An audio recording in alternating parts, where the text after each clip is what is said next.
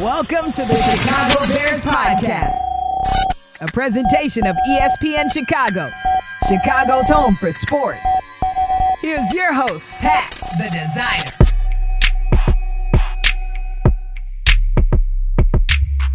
Bear down, Bears fans. Welcome into another edition of the Chicago Bears Podcast, the Thursday edition, and in studio, joined by the hardest working woman in the industry, which is why you're getting it late. So tune in on ESPN. Make sure she's getting points on around the horn. Courtney Cronin's in the building. Courtney, what's going on? Not much. I'm glad that we finally get to do this in person. I know, right? Nice. You have a good setup in here.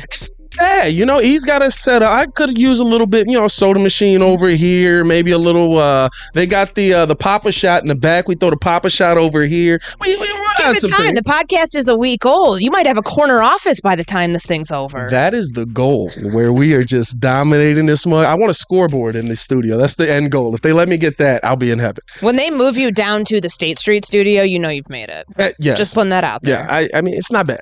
Tell Waddle and Sylvie, sorry guys, we need the studio furniture. You guys come upstairs. Oh man, that is going to be.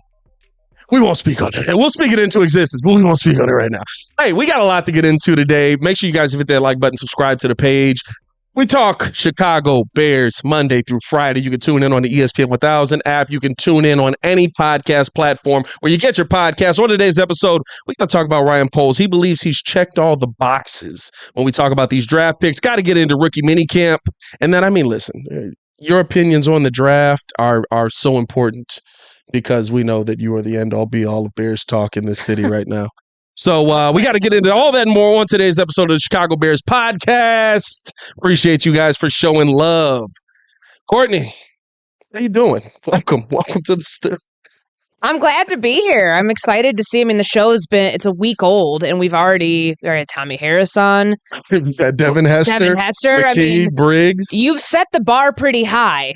And then you've got me in here. So I'm following all of them. I'm going to try to bring it. I'm going to try to bring your energy. Yeah. I think you bring good energy. So I appreciate that. But, the list goes on and on. I just can't wait to see who's next. Well, that's up to Jason McKee. Shout out to McKee out here. He's the one booking all these monster guests. And Eric Ostrowski. Eric's killing the game out here as well, man. Love. We got a good team here. We got a good crew here that's putting everything together. And listen, that's what this is all about. Putting it all together, right? As we look at our beloved Chicago Bears. First quarter. They feel like they're putting it all together. Ryan Poles says he has checked all the boxes. We got rookie minicamp this weekend. We'll see what those boxes look like. But starting this thing off, do you feel like the Chicago Bears checked a good amount of boxes that they had coming into this offseason? I do. We knew there were going to be a ton of holes on this roster that they had to fill. Yeah. Starting from the early part of the offseason, gearing up towards free agency. What were their priorities going to be? How were they going to address some of their bigger needs? And the bigger needs from the Bears' perspective in free agency was the linebacker position. Yeah. Literally the minute that the legal tampering period opened that Monday, you see them sign TJ Edwards and then Tremaine Edmonds. And then, of course, checking a couple boxes here and there where you get Nate Davis in the mix, and then DeMarcus Walker, and then beyond that, you get your backup quarterback, you get another tight end. There were pieces that started to come into fill holes early on, and then you hit the draft and the priorities became much more clear for what this team needed to do. Offensive line at number 10, I don't think you'll find a single person that disagrees that should have been the top priority at that spot. And I know that they walk away without a defensive end. It's still very early, Pat. I know it's early May. We don't need to hit the panic button that they're not going to have any pass rush just yet. Of course, that's not lost on Ryan Poles. If you hear him talk about it, he's pretty much reiterating the same thing that he told us in March after free agency, that there's going to be holes on this roster. You have to look at this from a realistic perspective, but they obviously can't go into the season happy with the pass rush that they currently have. Yeah. So when that gets addressed remains to be seen, but there's options. I wrote about that at ESPN.com. They have options and they have money to spend, so we'll see how they spend it. We are going to get into the free agents here because there's some names on that list that might shock some Bears fans who lived through the Pace era as well. But I come into this season, come into rookie minicamp and OTAs and stuff like that, and I feel like, is this Bears team finished being put together? No. I don't know if Ryan Poles did plug all the pieces. But what I do feel like is this Bears offense at a minimum has enough weapons now where we can start to look at Justin Fields and say, is he our franchise quarterback? That's what we thought last season was going to be about. It didn't turn into that once they pulled the rug out from under him. Now coming into this season, I feel like this season, right, you add DJ Moore, you go get Tyler Scott in the draft, who I think is going to be a really nice piece. You go get Roshan Johnson, who was the replacement for, we can never replace Monty's leadership. Yeah, watch. In 3 years, we'll be talking about, how can we replace Roshan Johnson? We do it every year. But I just feel like the Bears come in with enough of a system that is being put together, and in the second year of Luke Getsy's system, that we can start to really see, okay, what is this team realistically going to be moving forward? They have enough pieces now to get an accurate evaluation on the quarterback. Last year, you're right, everything, I go back to the day that they traded Khalil Mack. That was the first big move that Ryan Poles pulled off when he became the general manager.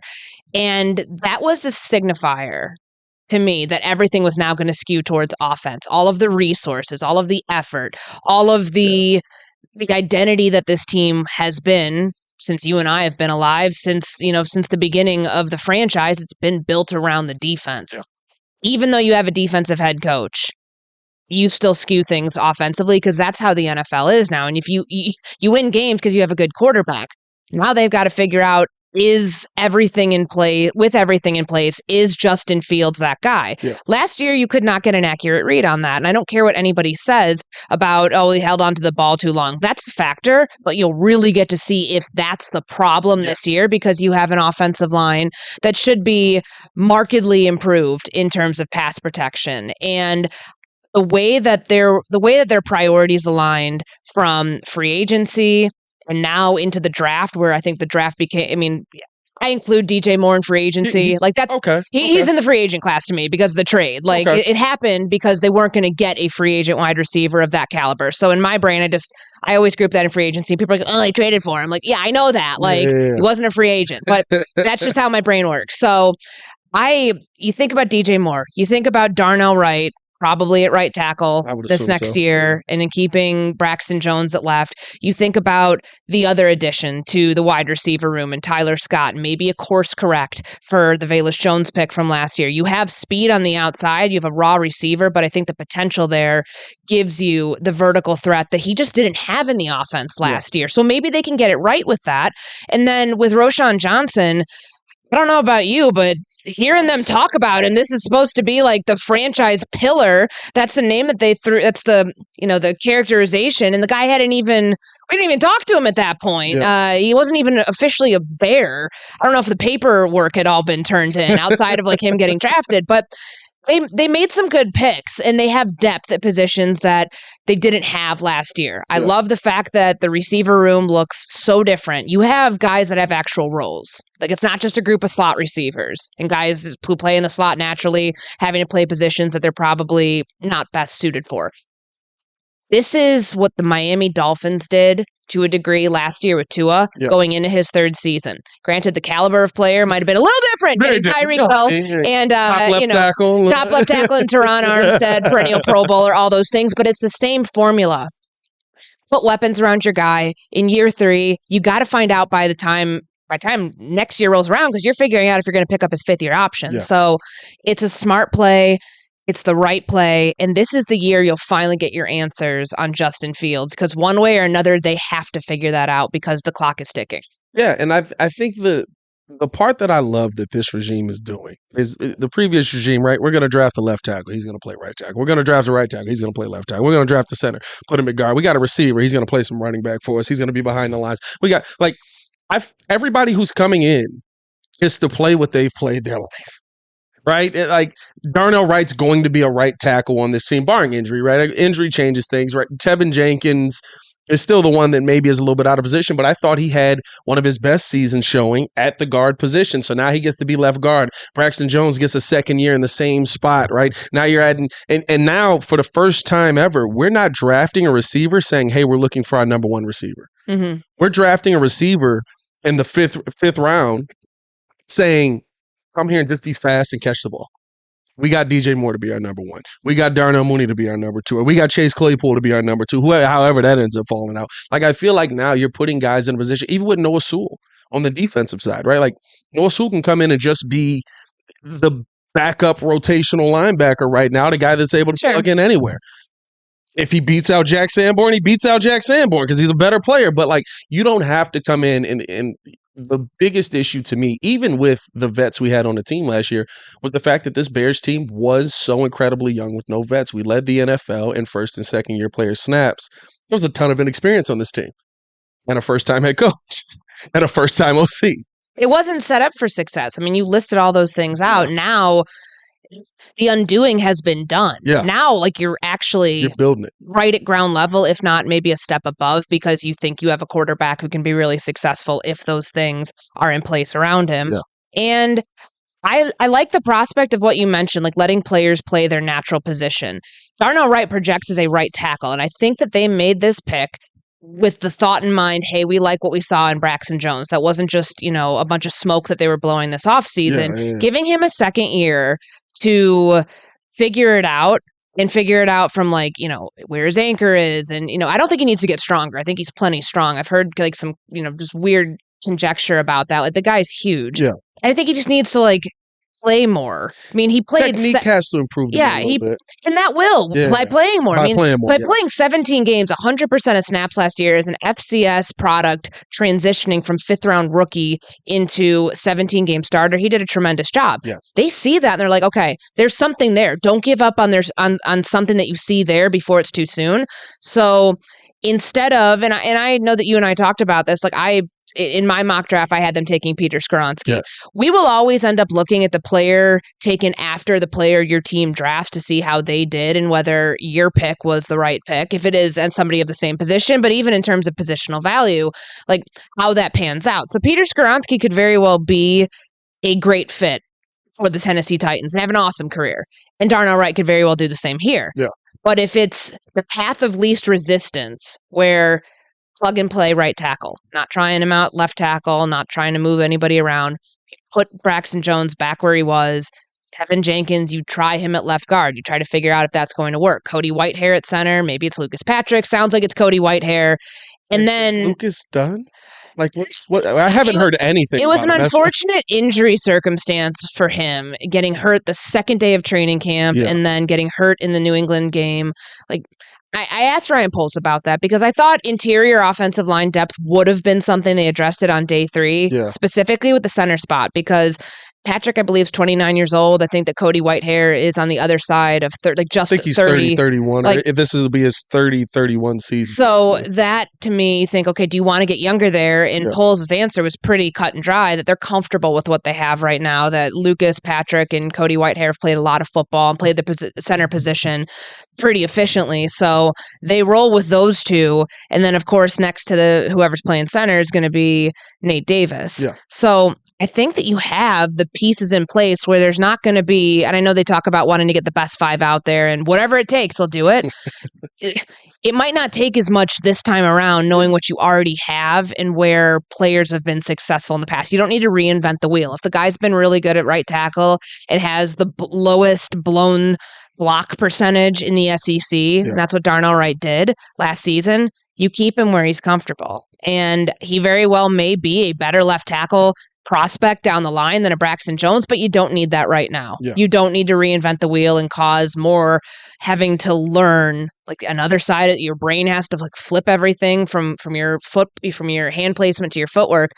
Eliminate the tough stuff. Like, go and let them like be good at what they're good at. And that's why I even love Tevin moving back to left guard, because it's like he was a left tackle. Mm-hmm. We thought he was going to be our premier left tackle of our future, right? And realistically, we put him at right guard. He had to flip everything. He had to learn an entirely new position all at once. The guard position, you got to be a lot quicker with your hands to get him out there. Now back on the left side, he's like, oh, I just got to have quick hands again. Like, I know all my footwork is the same again. Like, I think Tevin is going to have that step up in production. Hopefully he's able to stay healthy this season. And I think just the fact that, right, like, I don't feel like we're going into this offseason for the first time in probably, or going into this season, first time in probably 5 years. Like, we're like, so how many different combinations are we going to try? Mm-hmm. Right, Larry Borum's a left tackle. Maybe he's a right tackle. Maybe he's a left guard. And that stuff all started last year during OTAs, where I think at the start of it, before Braxton Jones was brought in, you had Tevin Jenkins at left.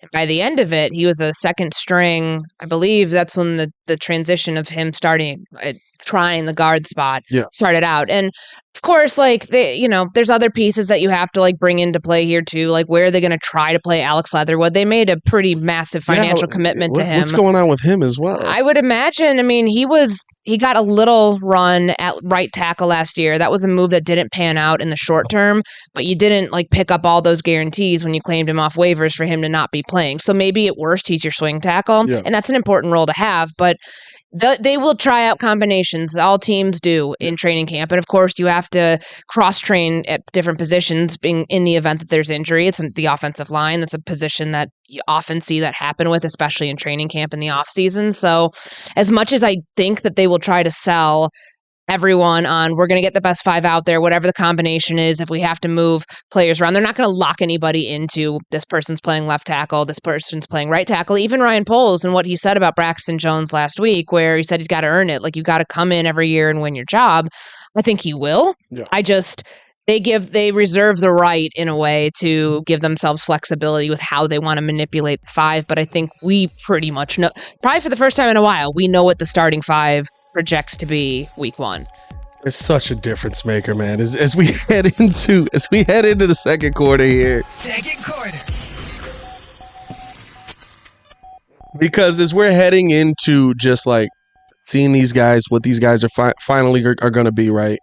I feel like last year, rookie mini camp, kind of heading into mini camp, heading into OTAs and different things like that. Like, that's where we started to be like, hey, is Braxton Jones like a good player? Like, did we get a steal here?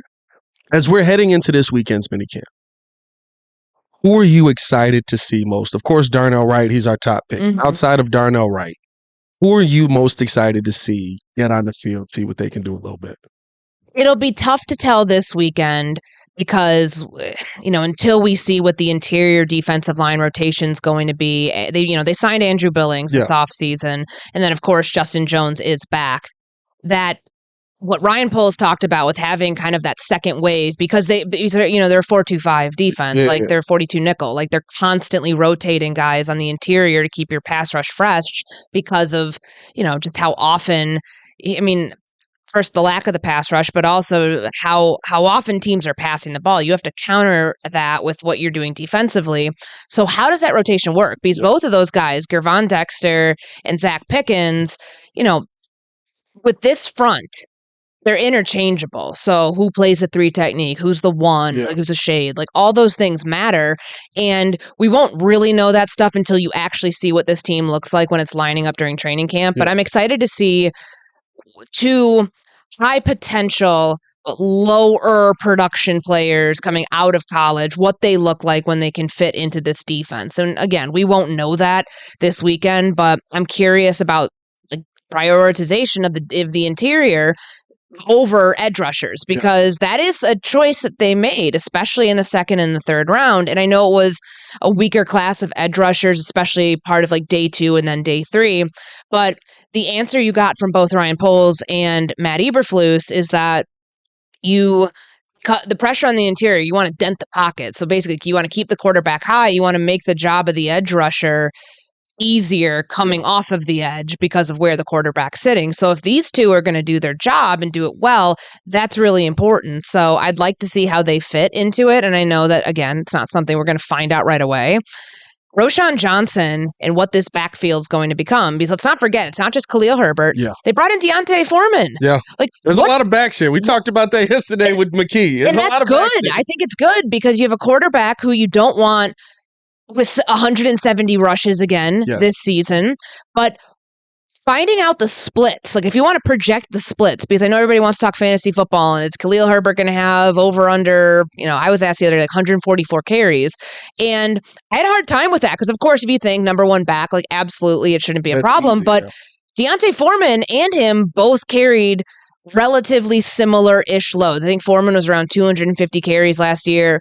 Herbert was over 200, right at 200 or right below. he can be your lead back, but do they want to do it that way? When Ryan Poles talks about balance in the backfield, and you've got three guys who are powerful runners, and especially Roschon Johnson, when you think about breaking through contact and how many yards he got after first contact, how do you divvy up those carries? I'm really curious to see what this running back room looks like, and if they can try to have it, a lot more even in terms of how these backs are utilized, where maybe you don't have a true number one back, where you have guys with roles and the roles are eerily similar in terms of the usage rate. I said this yesterday with J Mac on the show. I feel like Roschon Johnson could compete to be the number one back on this team by the end of the season because of everything that he does. He was a good blocker in the backfield. And that's important. I mean, getting guys who are proficient in pass protection early on that's not easy. Yeah. A blitz pickup in the NFL is a little different, even if you're playing in a Big 12, SEC, all of that. And that's something he takes a lot of pride in. Yeah. And that's why I think the Bears were sold on him. And so the evaluation that we heard from one of their area scouts, John City, was just that this is somebody who, Bijan Robinson was the name in that program, but you walk into that building in Austin and they're all talking about Roschon Johnson being the alpha in that room. And I think that's important, not only from the on-field perspective, but the character part. And the character also plays into, hey, if I get handed this role, am I going to play it well? Am I going to buy into it? If I think I should be playing something else, but I'm not there yet. And that's important for the makeup of this roster, that they have a guy like that and several guys like that. Because I think that you might even see that in someone like Tyreek Stevenson, the cornerback, who had to, find a role for himself at Georgia, wasn't thrilled with it, and then ends up transferring to Miami. And that's the part to me where it's like, right, like I feel like Ryan Poles went out and got guys that fit what he's trying to do well, that what Flus is trying to do well. It didn't feel like they just went out and, this guy's talented. We want guys that are talented. We want the big name. Right? Jalen Carter would have been a Bear pick. Like if we picked Jalen Carter, we'd have been like, just like the Bears have done forever. We went out, got the perfect 3 technique. Is there some questions with him? Yeah, but he's talented as all get out. We got guys now in the room that I'm like, okay, I see how he fits here. I see how he fits here. I feel like he's a 10-year guy. I feel like Roschon Johnson is a guy where we're going to be having a conversation very much like we did with Monty. Should we bring Monty back? Right? I know you got to pay him. I know that's not how people feel strongly about it, but Monty's a leader in that locker room. Tyreek Stevenson, right? Like, I feel like Ryan went out this year and he got guys that are going to shape their philosophy in Chicago. And that's what gets me excited heading into rookie minicamp. That's what gets me excited about this draft class, because not that I think these guys are going to be the most talented. I watched Noah Sewell miss a heck of a lot of tackles.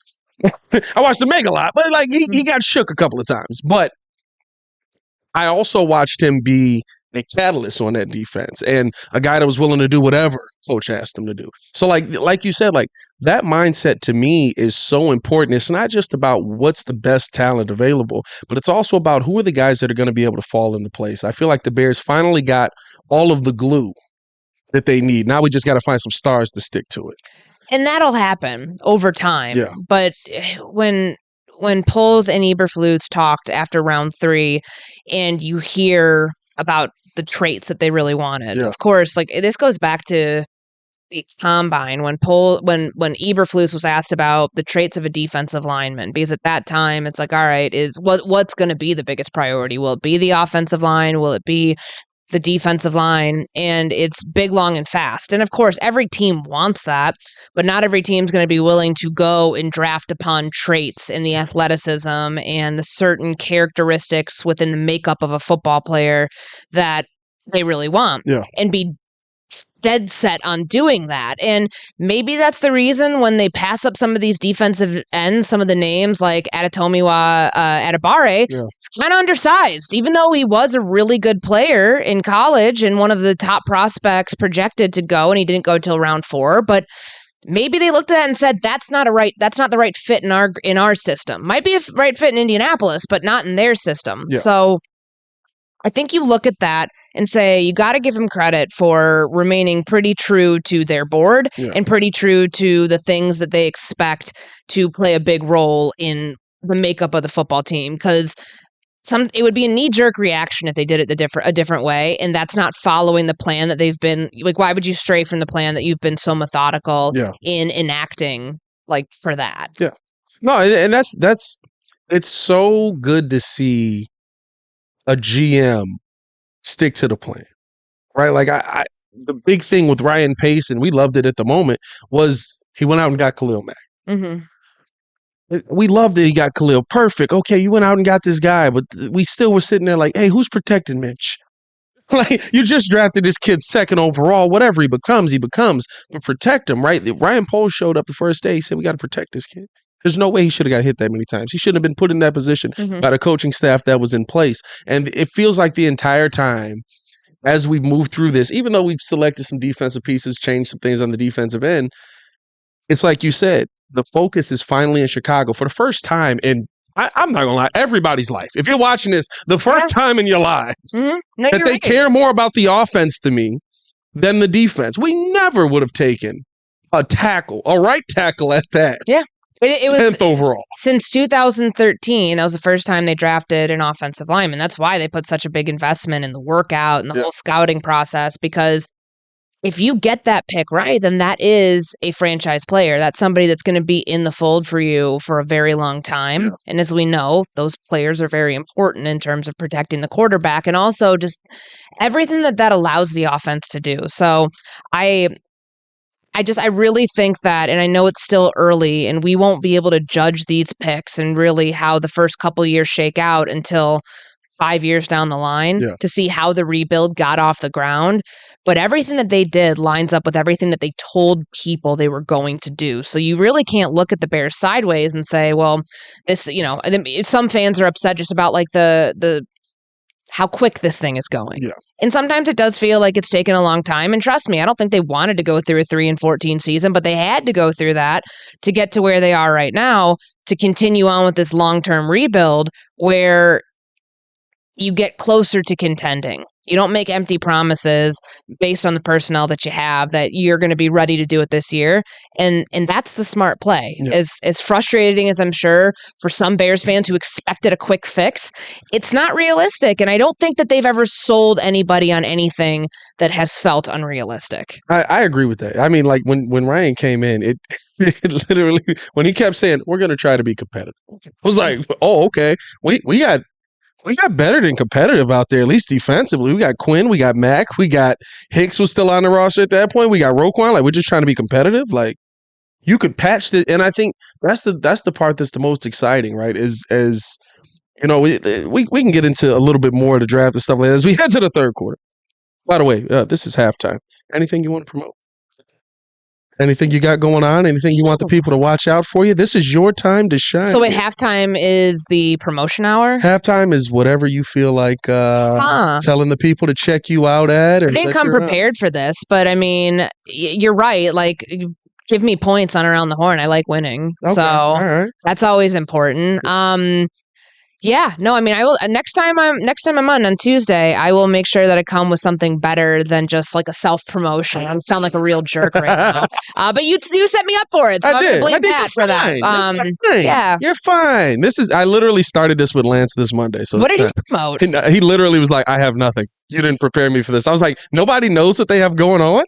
Like, you don't know what you have going on. It's for you. It's for you to put yourself out there. People know. They know where to find me. Flex out here. Okay, Courtney. I mean, my Twitter handle and my Instagram handle have stayed the same this entire time, at Courtney R. Cronin. You can find my work there. You can, I interact with people on both platforms. Yeah. I answer questions as much as I can. And I promote this, the greatest podcast in the Chicagoland area, maybe even the best Bears podcast in the world. We're going to be worldwide. We already are. There's somebody right now in Australia watching us. I guarantee you. We're big in Australia. A lot of Bears fans in Australia. A lot of Bears fans possibly in Germany as we get into let's head into the third quarter a little bit. We'll talk about third quarter. A couple of things in that quarter. Here's what I do want to ask you, though. You were big on Peter Skoronski. Mm-hmm. After the draft, what are your personal thoughts on how Ryan Poles did? Do you feel like this is the draft that changes his franchise? Do you feel like there were some reaches there? I know a lot of people feel like trading up for Tyreek Stevenson was a little bit of a reach. What are your personal thoughts on how he operated this draft? To the Stevenson point, I don't think it was a reach. I think that getting a cornerback on day 2 and not having to wait to sift through day 3 and being able to address the linebacker position, being able to address running back, wide receiver, he had a lot of needs.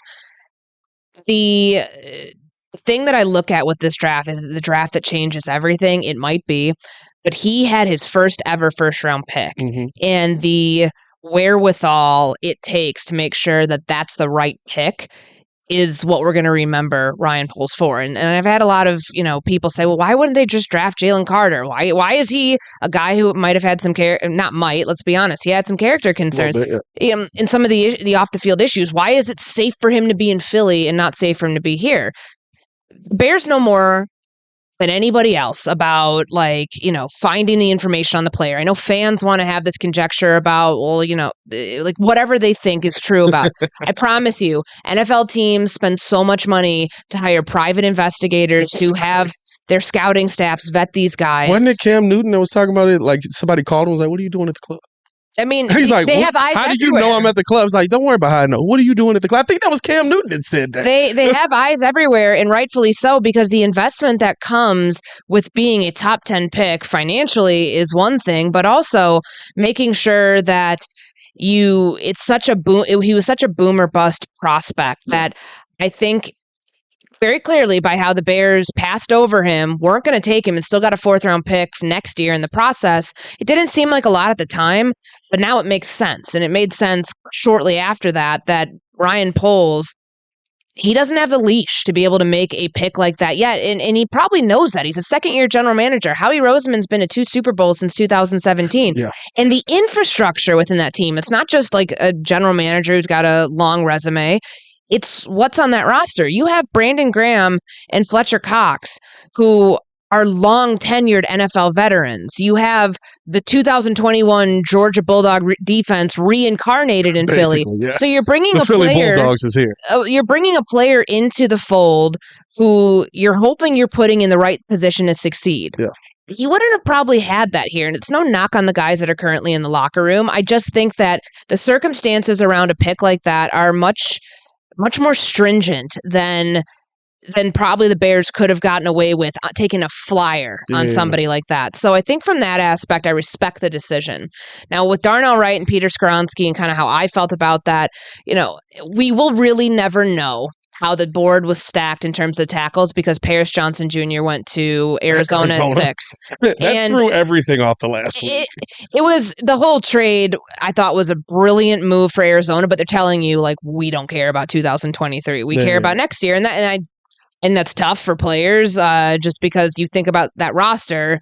He's got a lot of vets on that roster still. And I mean, the quarterback's not going to be back until November, maybe at a minimum, but they did a really good job setting themselves up for a potentially unfavorable season because they don't have Kyler Murray this year, but setting themselves up for next year. But taking Paris Johnson, in my simulation, when I took Peter Skoronski in my mock draft, I had the entire board available to me. So we won't all the tackles because they were all still on the board at 9. We won't know how if Paris Johnson Jr. was there, would they have taken him? We won't ever know that because it didn't play out in reality. So you can't gauge truly how they felt with the top 4 tackles available because they weren't. Yeah. Now, they say Darnell Wright was a top tackle on their board, and of course the research and the effort that it took to put all of these pieces in place for the interviews, whether it was a top 30 at Hallis, all the stuff at the combine, scouting him throughout the season, and then the workout, they very clearly saw something. Let's not forget, last year they did a private workout at Southern Utah with Braxton Jones because they saw something. They wanted to make sure what they saw and what they had heard matched their own evaluation, and they wanted an up-close look. I think it's smart the teams do this, and Bears aren't the only one. But Getsy getting to coach him in the senior. Yeah, the more you get to know these prospects before you bring them in, and you're committed to them financially for a while. And he has $21 million in guarantees on his contract for being the top 10, number 10 pick. Yeah. So they did their due diligence.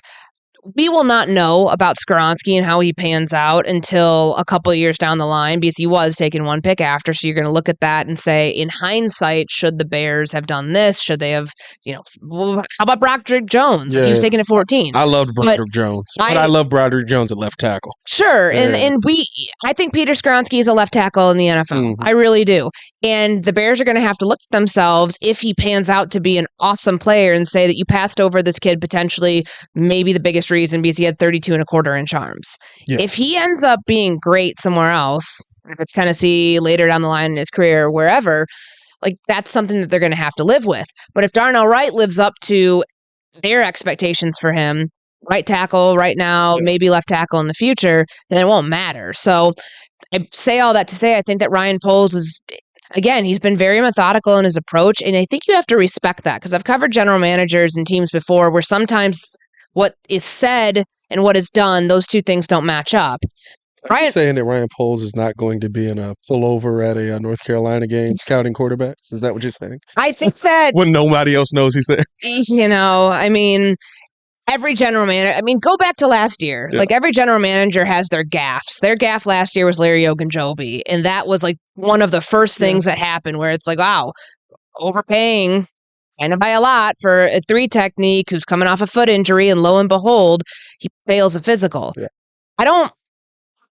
I'm not speaking for Ryan Poles in that and saying that would be something that keeps you up or something that kind of motivates you to not have that happen again. But that wasn't a great look for them early on. That was his hardest move, because one, you got to speak for the person to the person themselves, right? Like we can sit here and be like, cut that guy. Like he had to go tell Larry, like, you failed your physical and I am taking your money away. It's tough, but just from a perception thing, for that to be one of the first things that happens outside of trading Mac at that point under his watch, I'm sure that wasn't something that he looks back on fondly with. But now where he has 2 draft classes under his belt, things that he's done that he's proud of, like, these are my draft picks. These are, I went through in a very calculated manner and pick these players because I project them to fit what we're building here.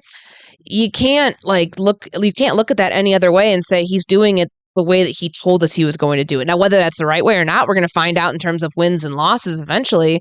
But there is something to be said about somebody putting a plan out there and then sticking to the plan to a T. Yeah. There's not been a single moment in this regime where they've changed their mind about something and done things differently. Like they've, even through like the tough times, they've still doubled down. Like, with Fields running a lot like last year. Think about that for an example. Like even through the tough times, they still doubled down on him doing that. And then when it got to the point of no return, they had to pull back. Like they're very like plan oriented. I think from from a scheme perspective, when you take a look at what the pass rush scheme was last year, even though sometimes it didn't work, they still stuck with their plan of how they were going to do it. Maybe there's an adaptability concern there and stuff that needs to change. But from the coaching staff to the front office decisions, I just think that that's a common theme you see among this team, and it's not a bad one. Yeah. What do you think, right, post-draft? Because we've seen all the draft, the grades that come out, which I don't take much stock into those, right? Like my favorite one is that Russell Wilson and Bobby Wagner are 2 of the worst picks you'll ever make in your life. You know what I mean? Hall of Famers. But the fact that almost everybody feels kind of how we feel about the draft, right? Like I feel like as Bears fans, we're always like, I'll see how that works. And then okay, that's okay. I see what you were thinking there. I don't know about that one, but I see what you were thinking. Everybody seems to have a consensus. All the draft grades I've seen have been being above. That the Bears are doing. What is the national perspective on what Ryan did? I think there were some safe picks in there, and that's okay because the safe picks can be great picks and they can be best player available at that spot. Darnell Wright not only fills a need for now, but he was one of the best players available at number 10. Yeah. So you can't knock that pick at all because it addresses the offensive line, which has been something that this team has wanted to do, and it takes more than one draft to do that. Yeah. And you get one of the top players available in this draft. So I'm with you. I don't like putting grades on things. They actually got away from us doing that a couple years ago. I think that just our draft analysts will do it based on value and positional value. They did a really good job with that. You can make the argument about the edge rusher and they didn't come away with one, so that should maybe affect their draft grade, and that's fine because you have a valid argument in doing so. But as far as needs and as far as filling holes on this roster, which there were a lot of, they did that. Yeah. Is there still work to be done? Absolutely.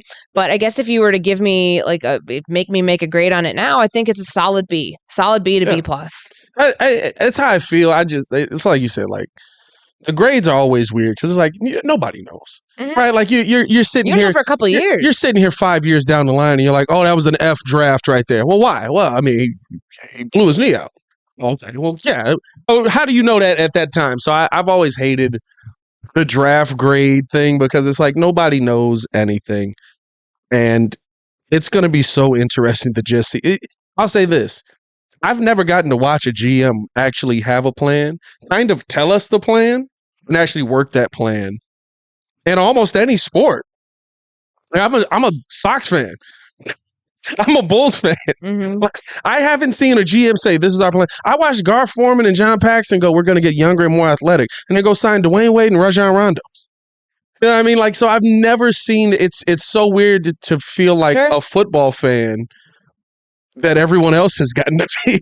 No, I mean, and I get that because this city has dealt with that a lot. Yeah. And I think, I know the White Sox are on a 3-game win streak right now, and you take a look at, I feel for the fans, like the way that organization is run, and contrasting that to what the Bears are doing. This is not the same old Bears where it's been the same thing year after year after year, and it becomes systemic problems. Yeah. They're doing things differently. And I think there's a couple teams around here that can wake up and realize, like, you can't get away with doing things the same way anymore because there's a team in Lake Forest that is putting you on notice in a way. Yeah. And when you have the backing of ownership and a general manager who has been so calculated with the people that he surrounds himself with, the coach and the relationship that he has with him, it leads to the optimism because it's not blind optimism. It's optimism that this is going to work out because A, B, and C happen, but we still have to see D, E, and F, and then other things take place. Like,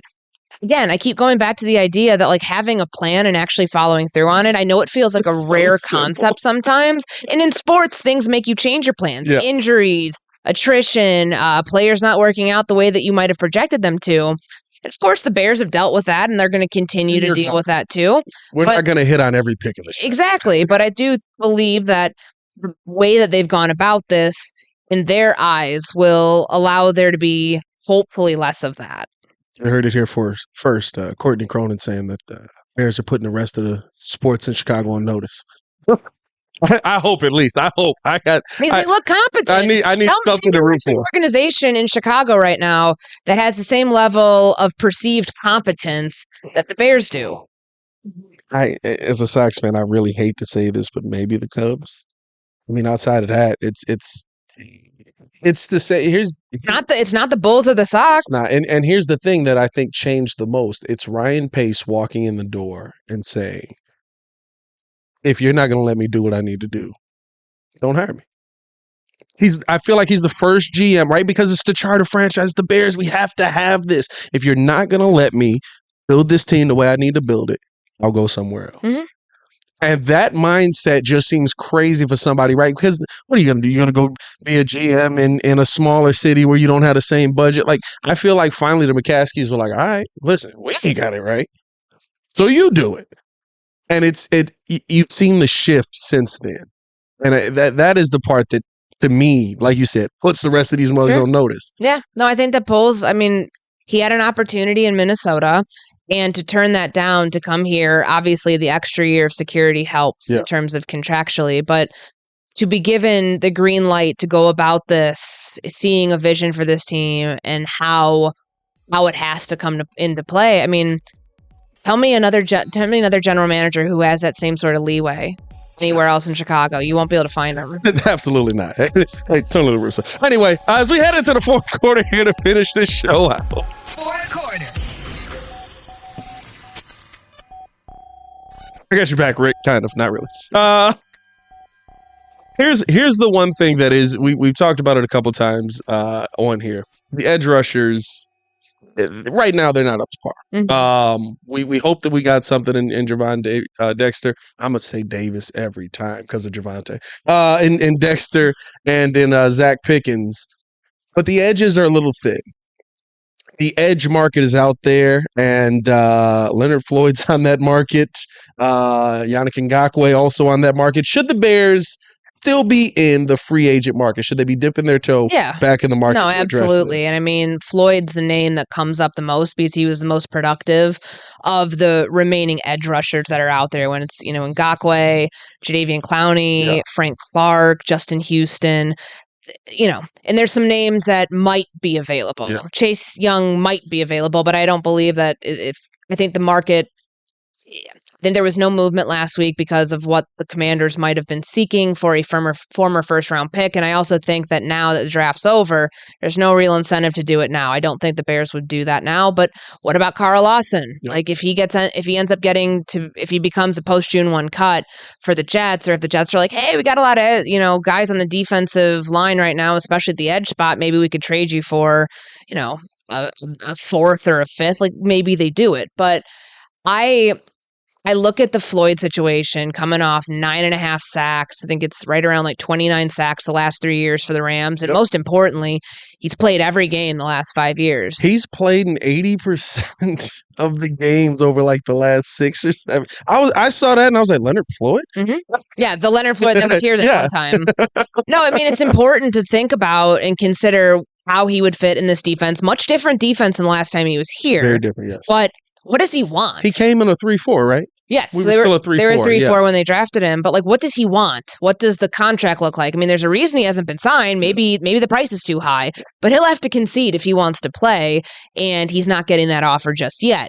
They're going to sign somebody. They can't go into the 2023 season with the edge as thin as it is, where you've got Trevis Gibson and Dominique Robinson, your only edge rushers that actually generated sacks returning this season.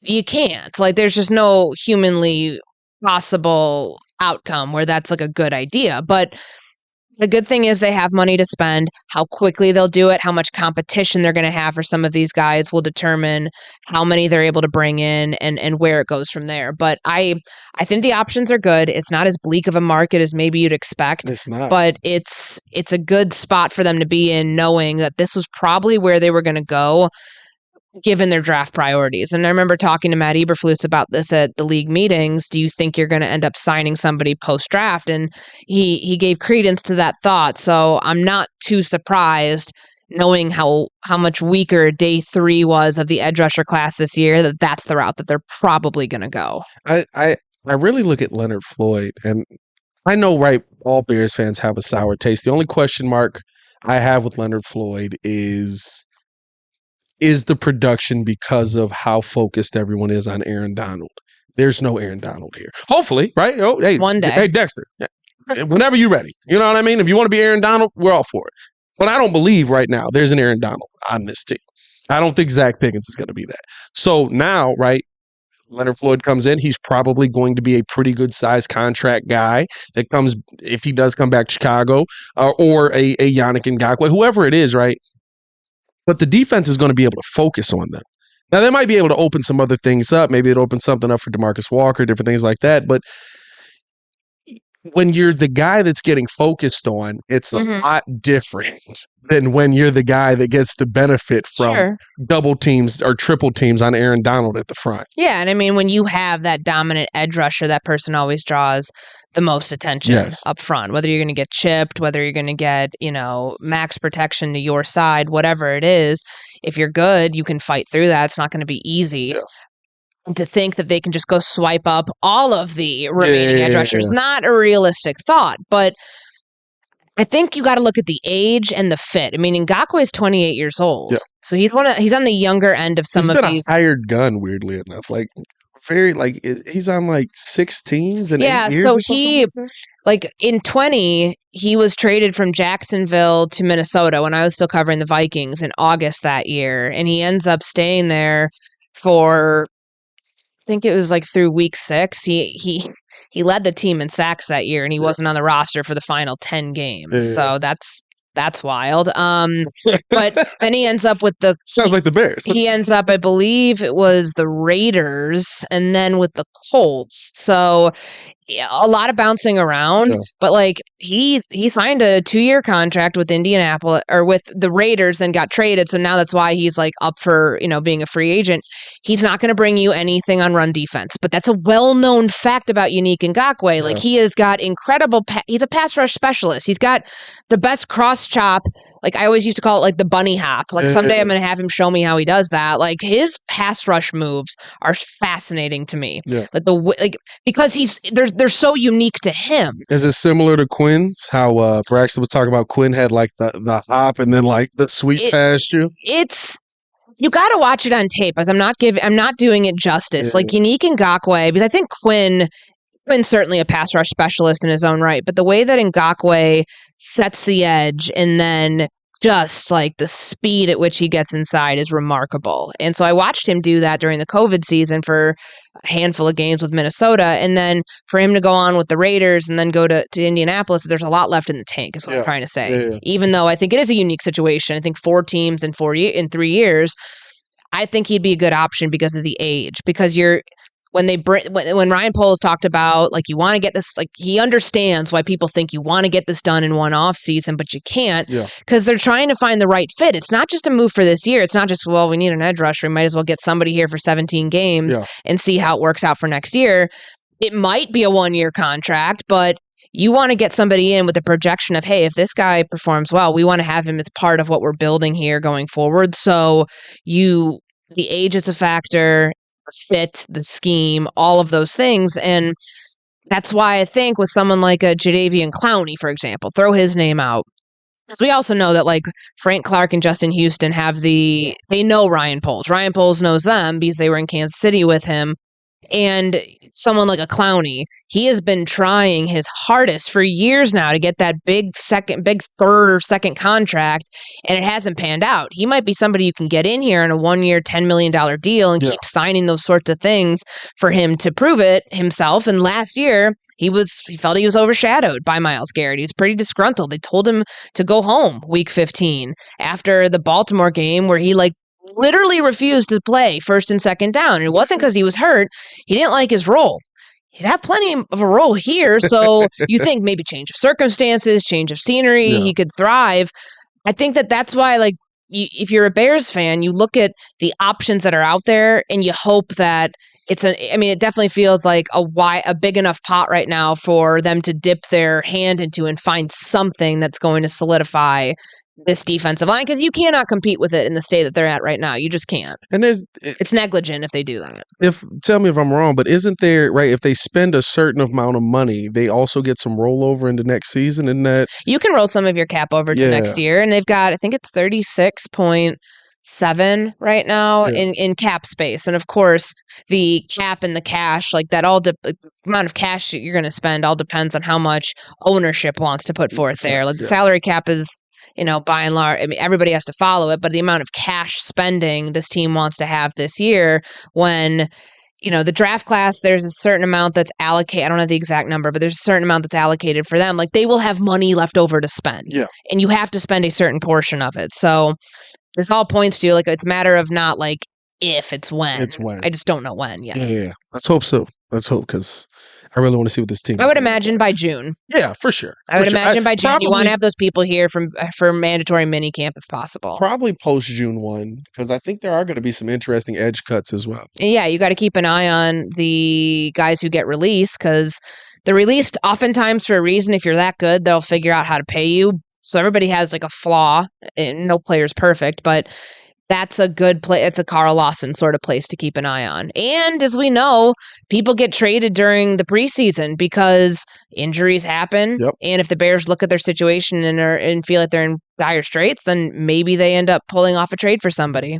Could be interesting. Before we get up out of here, we got to talk about this one last topic, because we got multiple sources flying around here telling us one thing or the other. Are the Bears playing in Germany? Does anybody know? Bild reported yesterday. Bild is a German paper. I had to send it to my co-host on Locked On Bulls, who speaks fluent German. Shout out to Hayes. It's a pretty good skill to have. He was raised on a military base out there, so he speaks fluent. We could German. get Equinemius St. Brown to tell us. We could have got he speaks fluent German. Could have got St. Brown to tell us. Although he was him and Amon Ra on that pod the other day. That was tough. Amon Ra showed the Bears fans at the draft, just said, "We got to do better, Bears fans. Hold on, I got to speak to the fans. We got to do better here, right? We can't have Lions fans outdoing us at the draft. The Bears fans are on their phones." He's like, "Well, yeah, y'all not happy? Y'all don't know these people." So, but basically, the Germany game is the biggest question heading into next Thursday's release of the schedule. Mm-hmm. What's the expectation? Are they playing in Germany? Are they not? What do you think? There would have been. I feel like there would have been more buzz around them. Yeah. Had they been scheduled for the Germany game. Yeah. The schedule release is another primetime event for the NFL. They love having it scheduled the way it is. I would not be surprised if they are not in Germany next year. I don't know that to be certain, but I just feel like that probably would have gotten more pub by now. At least it's trending in that direction. I would love to go to Munich. I believe it's Munich. Yeah. I would love to be able to go there, but I just don't know if that's going to happen. It doesn't sound like it. I was telling Danny here, I was like, maybe the NFL was like, you either go to Germany or you get Hard Knocks, and they chose one or the other. You know what I mean? Who knows at this point? But it was just. I can promise you, they're not going to be on Hard Knocks. Not after hearing George McCaskey talk about that. They are not big on. Better shot for them to do training camp on the moon than them do Hard Knocks. It's so weird because it's just one, you're not keeping government secrets, guys. I don't know. It's the NFL. That's the NFL. They think they're keeping government secrets. But the other thing to me is every time I see Hard Knocks, it's like the downfall of a team. I'm not going to lie. I've never seen has there ever been a successful team on Hard Knocks? I know it's usually bad teams, but teams coming off that have to fall into a certain threshold. You can't just have a new coach, new staff, anything like that. Can't be a team, I believe, that has a rookie quarterback. There's different. Because you want to be able to allow them to get used to it without the camera. Yeah, there's definitely somebody would know better than me. I just know that there's rules in place that prevent certain teams from being eligible for it, but this would be the first year that the Bears are eligible for it, and they're not doing it. Yeah. it's no questions asked. They're not doing it. It's just so fun. All I remember is just last year, DeAndre Hopkins just looking at Kyler Murray, just what do you see? I was like, it's over. Trade for him. Go get him. He hates him. And the in-season ones are interesting, too. I mean, I think that nobody... No, we all like Hard Knocks in the summertime. Yeah. It's training camp. But the in-season ones, there's so much other stuff going on that it's oh wait, Hard Knocks is currently filming in this organization. It's so weird. It's just then weird. The Amazon thing. I believe they had one with the Colts. Or was it the Ravens? One of the two a few years ago. Didn't the Chiefs on there one year? Didn't the Chiefs have? Oh no, that was the Browns. The Browns were on there. Where they had that coach who every time he said what, his stomach jumped a little. That was Hard Knocks. That was Hard Knocks. Mm-hmm. Oh yeah. A great pod. Courtney, it's great to have you in studio. I know, I'm glad to be here. Hope to have you here much more often, but you're, like I said, busiest woman in the industry right now. So, hey, as always, hit that like button, subscribe to the page. We'll be here tomorrow. Who we got in studio? We got Sylvie's in studio with us tomorrow. That'll be fun. A lot of draft breakdown, a lot more reaction, and a lot of what the heck is coming this offseason and what more are we going to see. Thank you for coming in studio and being on the Chicago Bears pod. Thanks for having me. As always, man, y'all stay safe out there, Chicago. Hit that like button, subscribe to the page, leave a 5-star review on the podcast side, and make sure to bear down.